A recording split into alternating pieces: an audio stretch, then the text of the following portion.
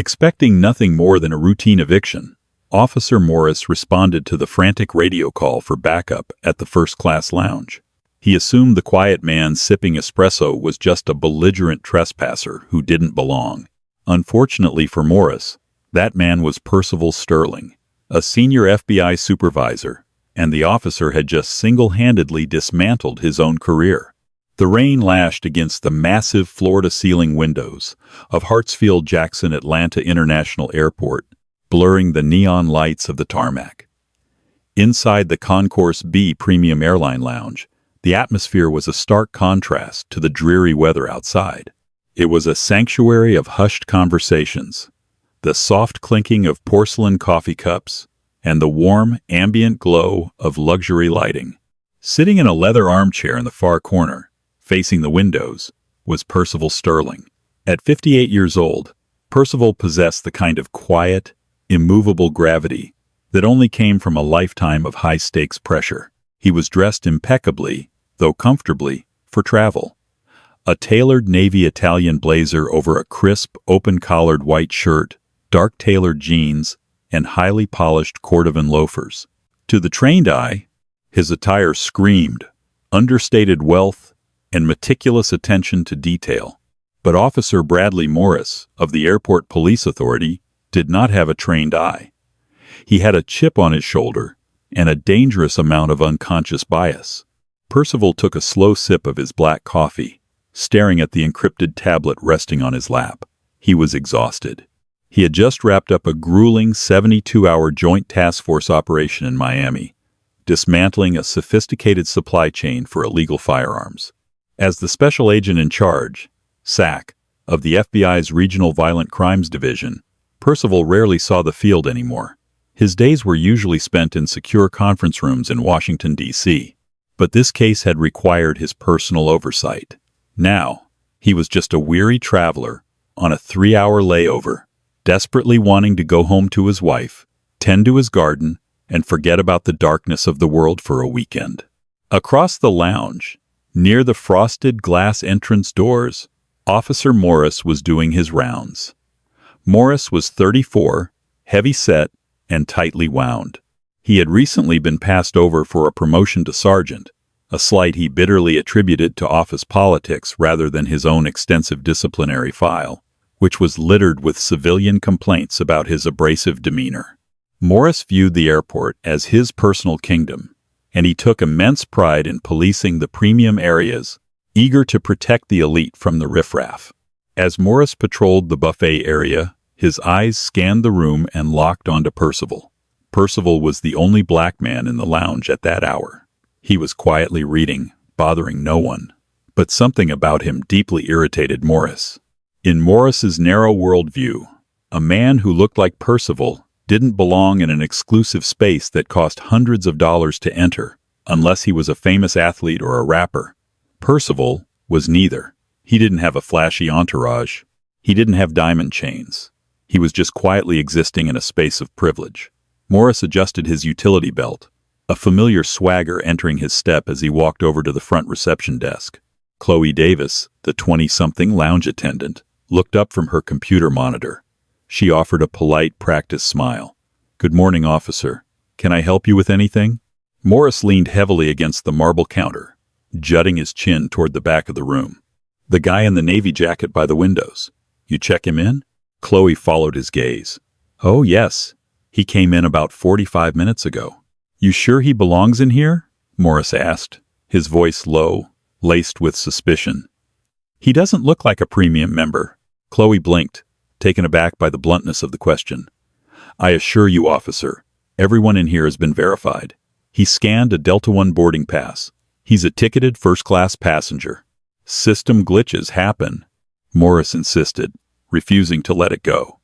His pride was already engaged, his mind manufacturing a narrative where he caught a slick fraudster sneaking into the VIP section. People buy fake QR codes online all the time. Or they sneak in behind someone else when you aren't looking. "He didn't sneak in," Chloe said, her voice dropping to an anxious whisper. She didn't want to cause a scene, but she also knew the passenger had done absolutely nothing wrong. His name matched the scanner. Please, officer. He's just drinking coffee. I'm just doing my job, ma'am, Morris said, his tone dismissive. He tapped the radio on his shoulder. Airport security is my jurisdiction. I'm going to go have a little chat with him.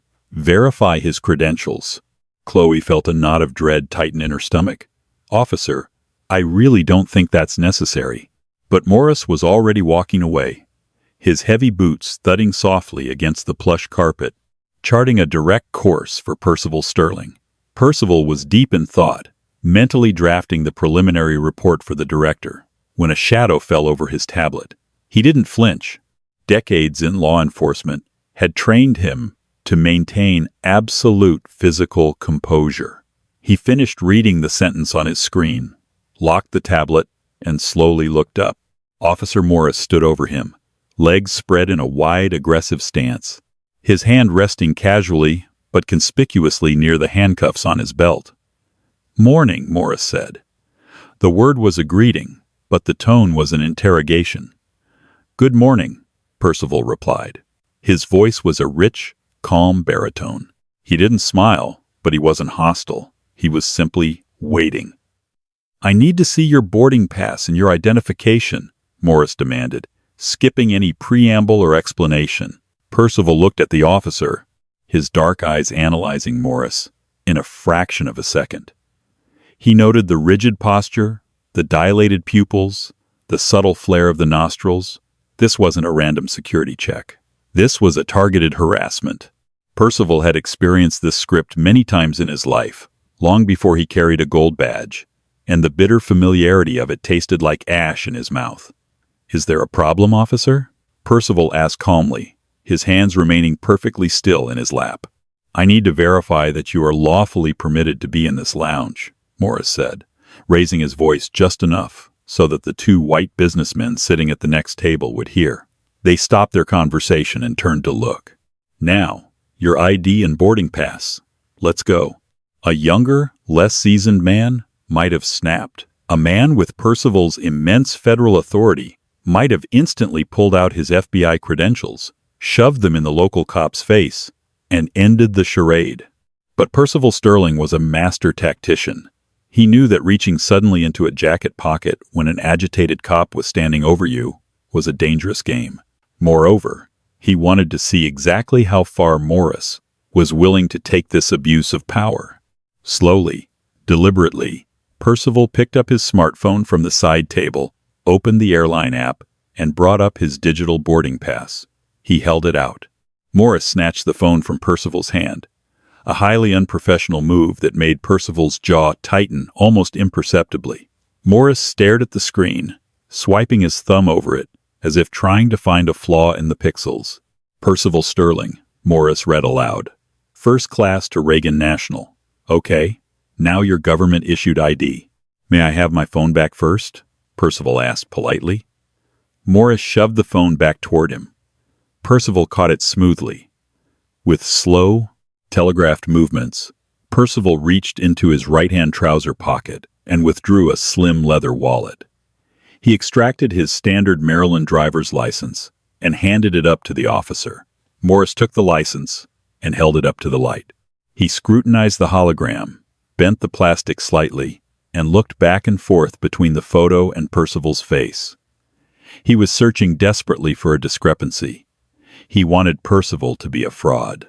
He needed him to be one, to justify his own prejudice. But the ID was flawless, because it was real.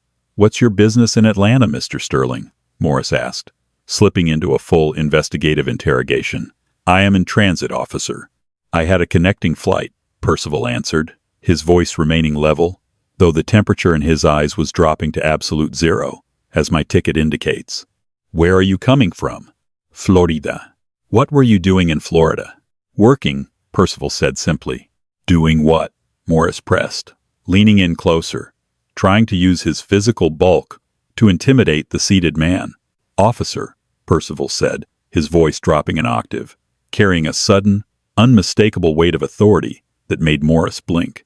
"I have provided you with a valid first-class boarding pass. I have provided you with a valid state-issued identification. I have answered your questions. Am I suspected of committing a crime? Morris hated that tone. It was the tone of someone who wasn't afraid of him. I asked the questions here. This is a secure area of the airport. This is a commercial airline lounge, and I am a paying customer. Percival corrected him, maintaining eye contact. If you do not suspect me of a crime, I would like my license back, and I would like to return to my reading. The businessmen at the neighboring table were openly whispering now. One of them pulled out his phone, perhaps to record, perhaps just checking messages, but it sent a spike of anxiety and rage through Morris. He felt he was losing control of the situation. He was being challenged. Your ID picture looks faded, Morris lied. It was a desperate, pathetic reach. I can't verify its authenticity here. I'm going to need you to gather your bags and step outside the lounge into the concourse while I run this through dispatch. It was an unlawful order. It was a humiliation tactic, designed to force Percival to do the walk of shame past the other wealthy patrons, proving Morris's power. Percival did not move. He sat back in his leather chair, resting his hands on the armrests. No, Percival said. Morris froze. Excuse me? I said no, Percival repeated, enunciating each word clearly. I am not leaving this lounge. You have no probable cause to detain me, and you have no legal basis to order me to move. I am staying exactly where I am. The blood rushed to Morris's face, turning his neck a mottled red. His hand dropped away from his handcuffs and moved to the radio on his shoulder. You are refusing a lawful order from a law enforcement officer, Morris warned, his voice shaking with adrenaline. You are officially trespassing. If you don't stand up right now, I will physically remove you from the premises. You are making a catastrophic mistake, officer, Percival said softly. The warning was genuine, practically a lifeline thrown to a drowning man. But Morris was too blind with anger to see it. He unclipped his radio, pressing the transmit button with aggressive force. Dispatch, this is Unit 42. I need backup at the Concourse B Sky Club. Immediate response. I have a non-compliant male refusing to vacate the premises, resisting a lawful order.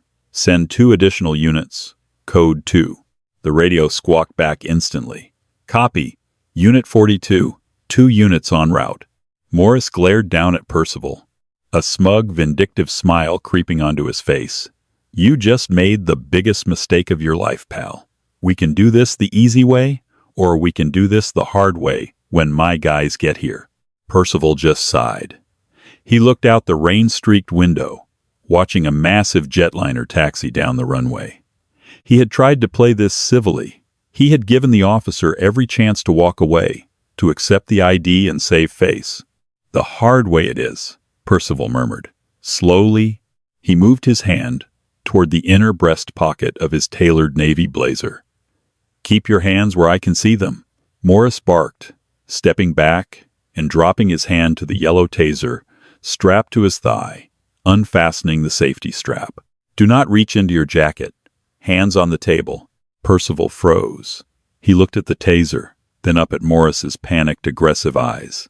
I am reaching for my wallet, officer, Percival said, his voice ringing out clearly across the suddenly dead silent lounge. The one containing my federal law enforcement credentials. Morris let out a harsh, disbelieving laugh. Yeah, right. Hands on the table. Now. Percival complied, placing both hands flat on the glass table. He would wait for the backup. It was going to be a very, very interesting morning in Atlanta. The silence in the Concourse B Premium Lounge was absolute, thick enough to choke on.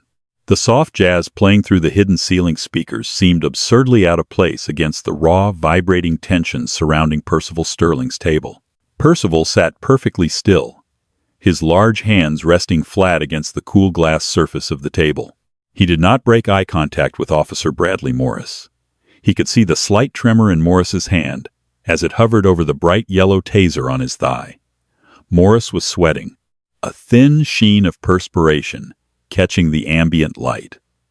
The officer was operating entirely on adrenaline and defensive ego, a dangerous combination that Percival had seen lead to tragedy too many times.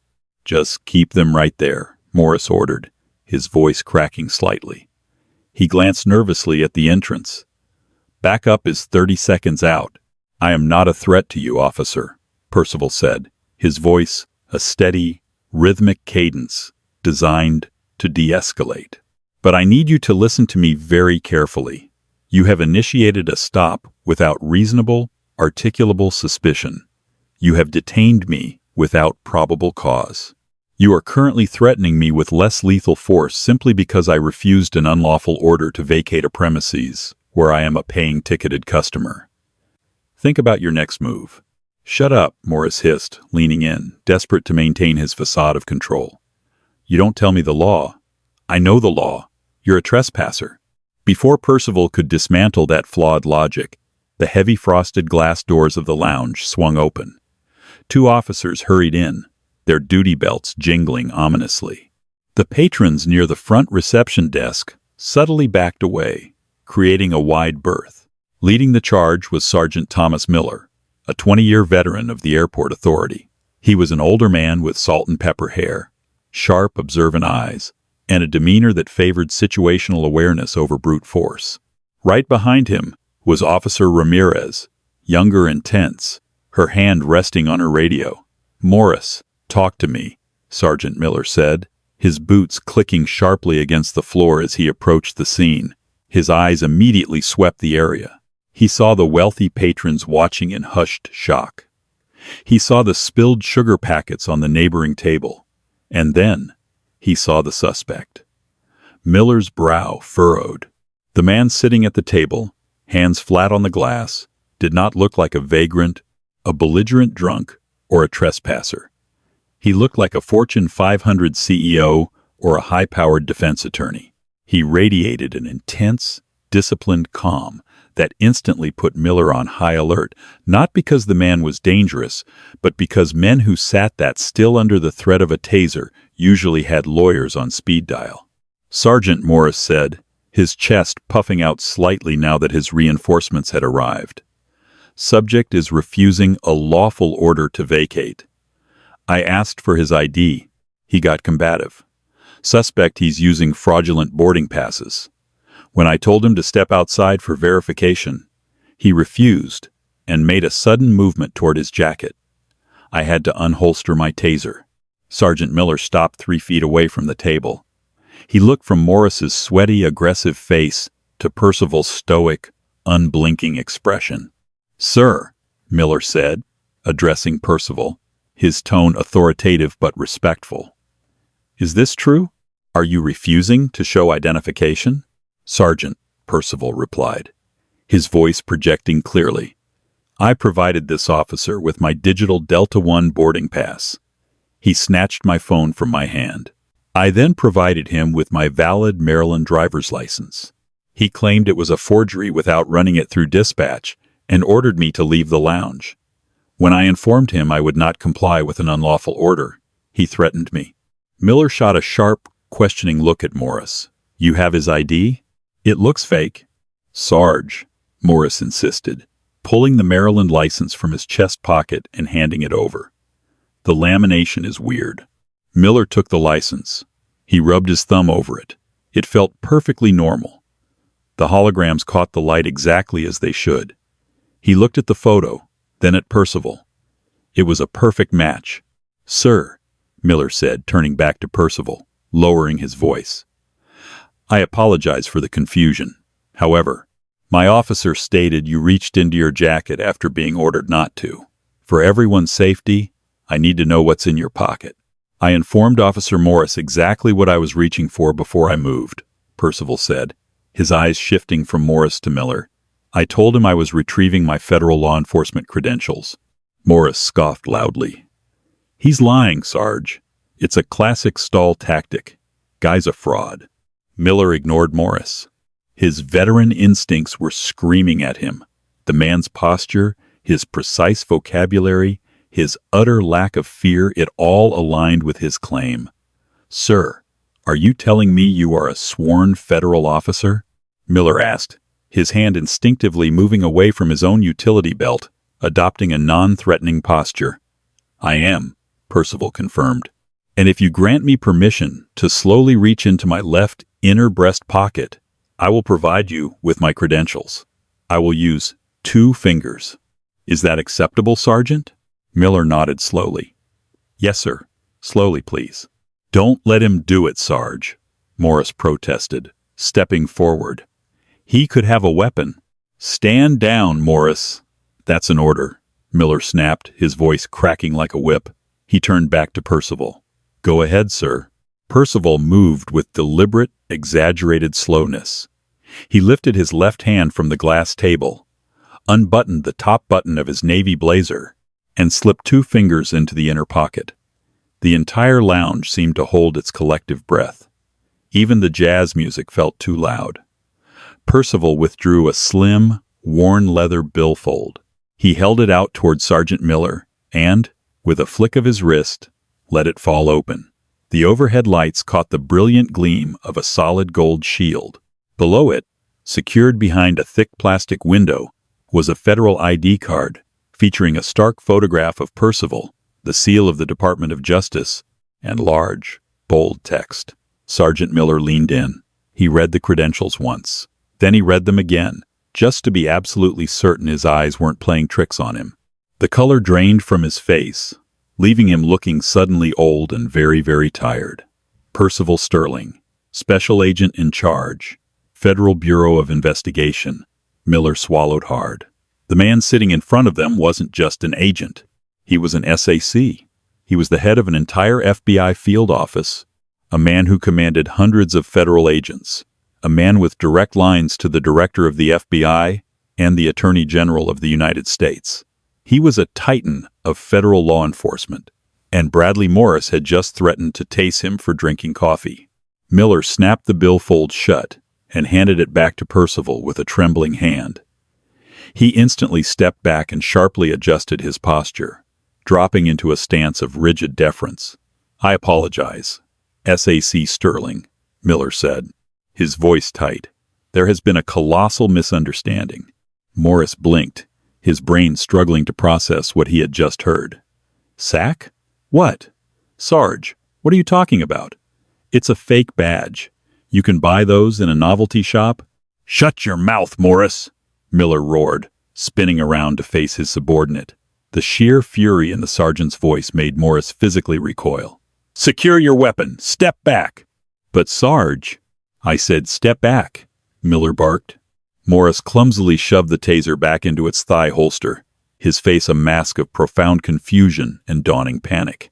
He looked at Percival, really looking at him for the first time, and saw the cold, unimpeachable authority radiating from the man. The reality of the situation began to crash down on him like a tidal wave. Percival slipped the leather case back into his jacket. He didn't smile. He didn't gloat. He simply placed his hands back on the table and looked at Sergeant Miller. Sergeant, Percival said, his voice echoing in the quiet room, I want your chief of police here. I want the TSA Federal Security Director here. And I want them here in 15 minutes.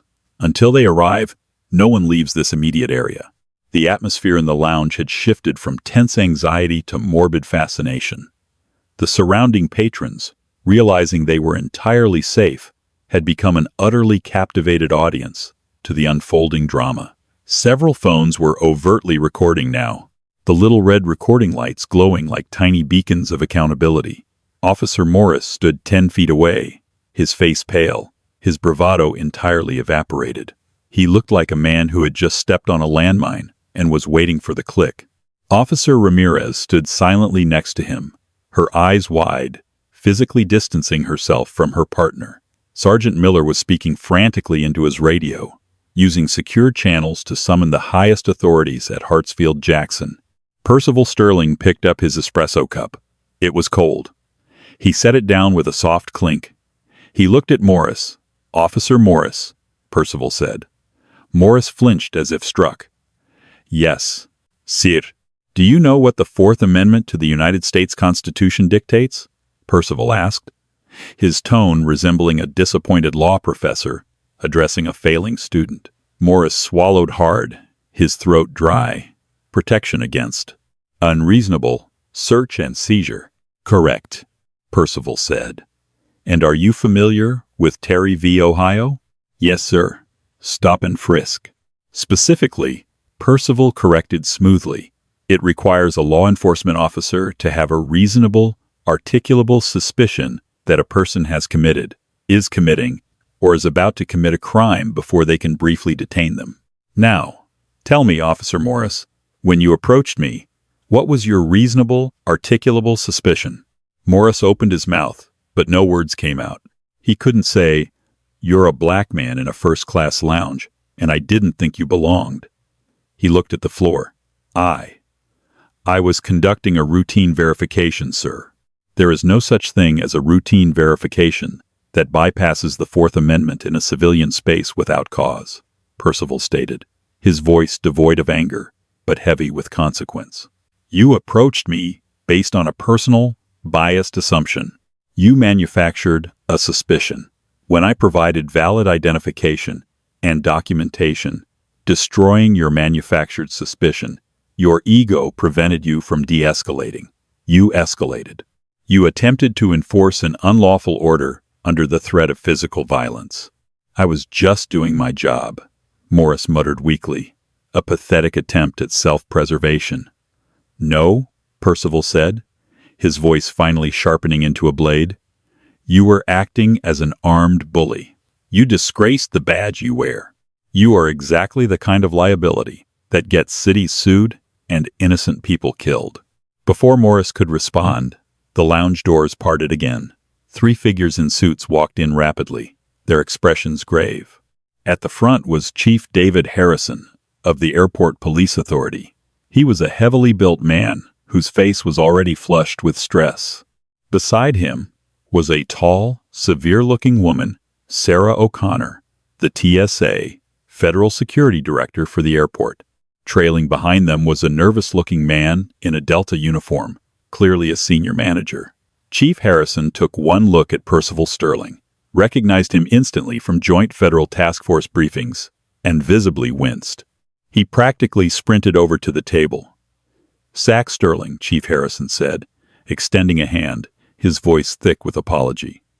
"David Harrison. We met at the Joint Counterterrorism Summit in D.C. last year. I cannot express how profoundly sorry I am for this situation." Percival did not stand up. He did not take the chief's hand. He simply looked at it until Harrison, embarrassed, lowered his arm.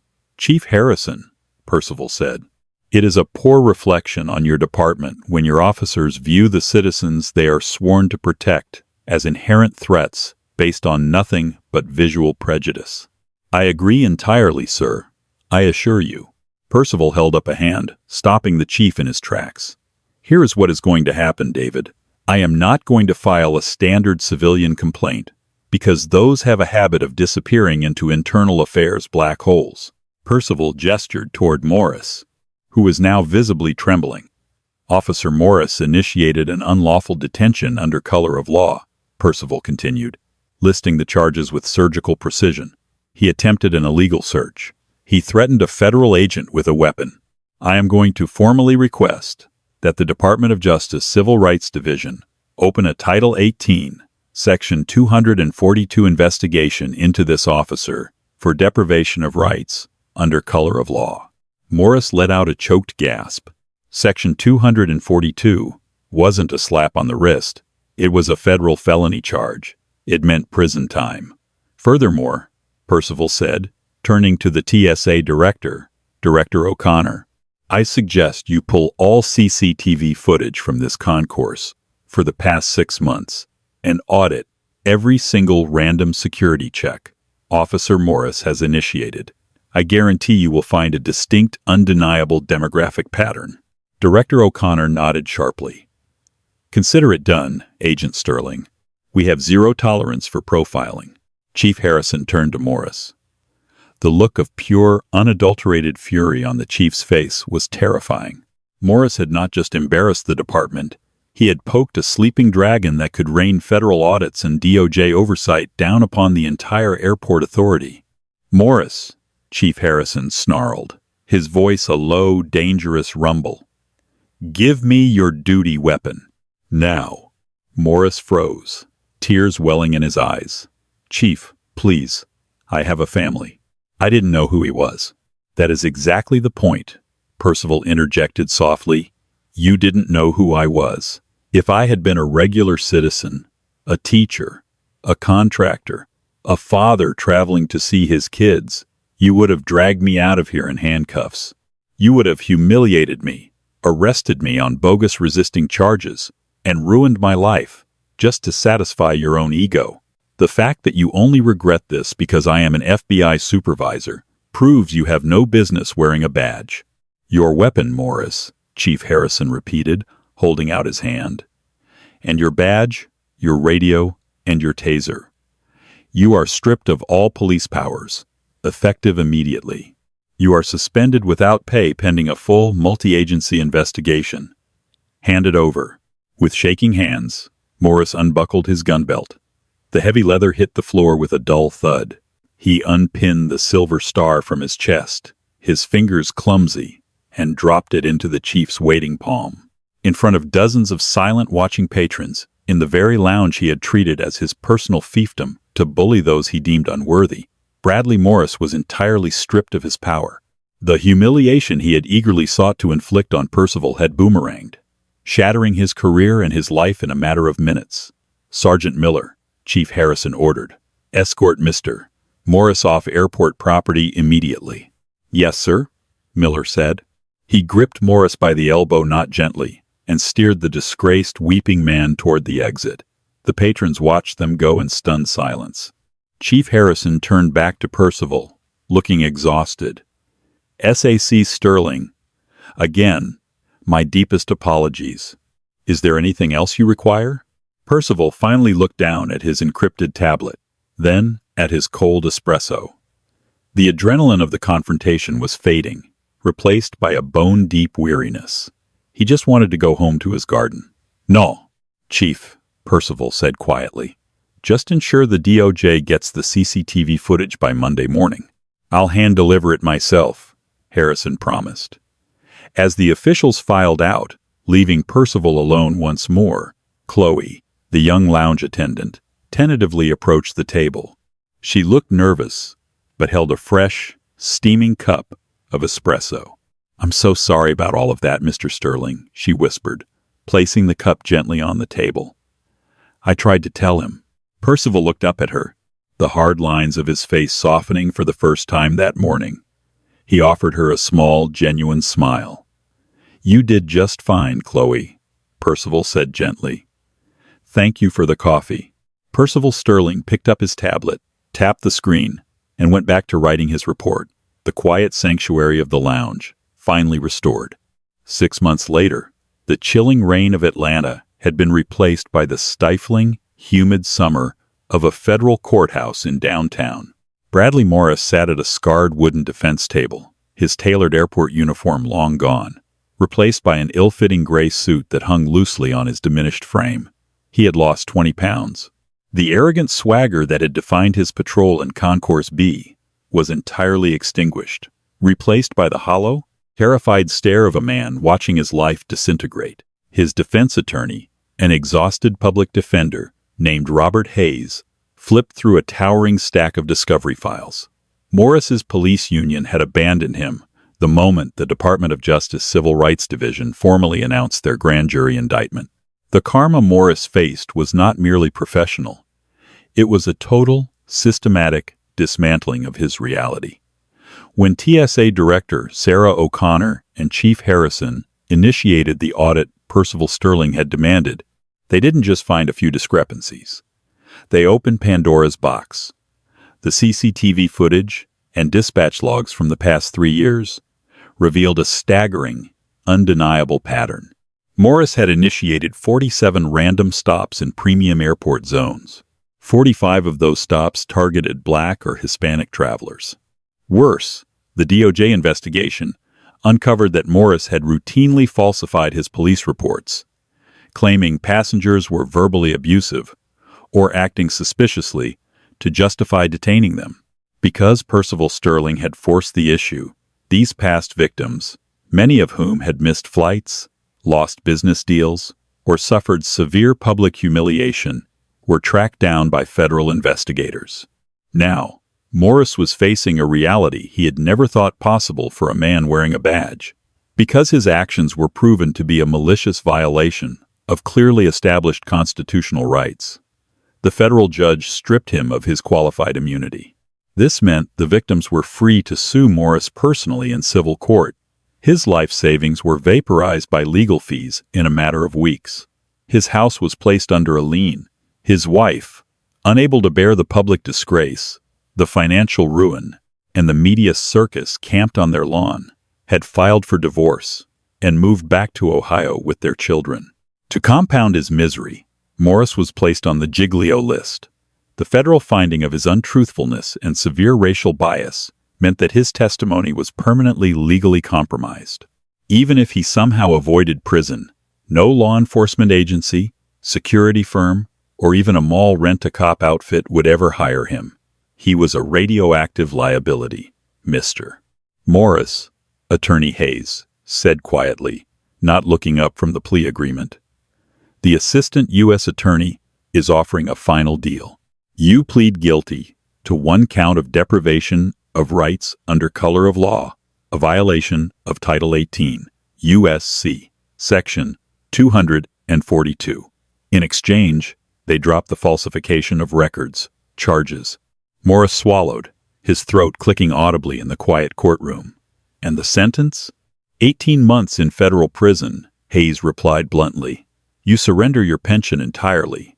You accept a lifetime ban from any public office or law enforcement capacity. If we go to trial with the mountain of video evidence and the testimony of Sack Sterling, the judge will likely give you the maximum 10 years. Morris lowered his head into his hands, a quiet, broken sob escaping his chest.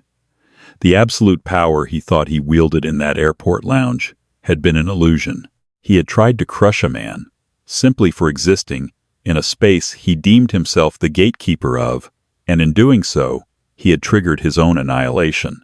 I'll take the plea, Morris whispered to the empty table. 400 miles away, in a sunlit, meticulously manicured backyard in Chevy Chase, Maryland, Percival Sterling knelt in the rich soil, wearing gardening gloves and a faded t-shirt. He was carefully pruning a row of heirloom tomato plants. The secure federal smartphone resting on the patio table buzzed. Percival stood, wiped his brow with the back of his wrist, and answered, Sterling. Percival? It's Catherine Pierce. From the Civil Rights Division down in Atlanta, the sharp, professional voice of the federal prosecutor echoed through the speaker. Just wanted to give you the courtesy update. Morris took the plea. 18 months at FCI Jessup. Pension revoked. He's done.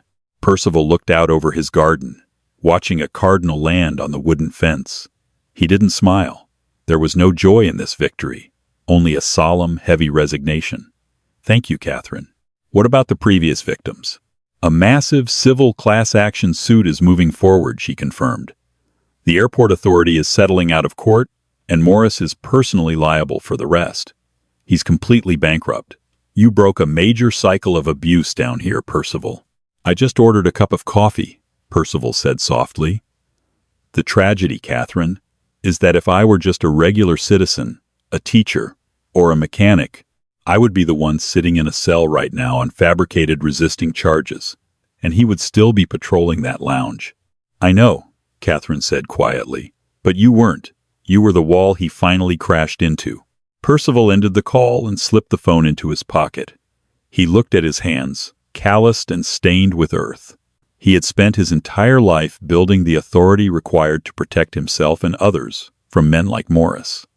It was a heavy shield to carry, but as he knelt back down in the quiet peace of his garden, he knew it was a weight he would gladly bear until his final days. Justice is rarely swift, and equality remains a fractured promise in many corners of society. Yet when arrogance collides with unyielding truth, the resulting karma is absolute. Bradley Morris traded his career, freedom, and dignity for a fleeting moment of manufactured superiority. Meanwhile, Percival Sterling proved that true power never needs to raise its voice. It simply lets the weight of the law do the talking.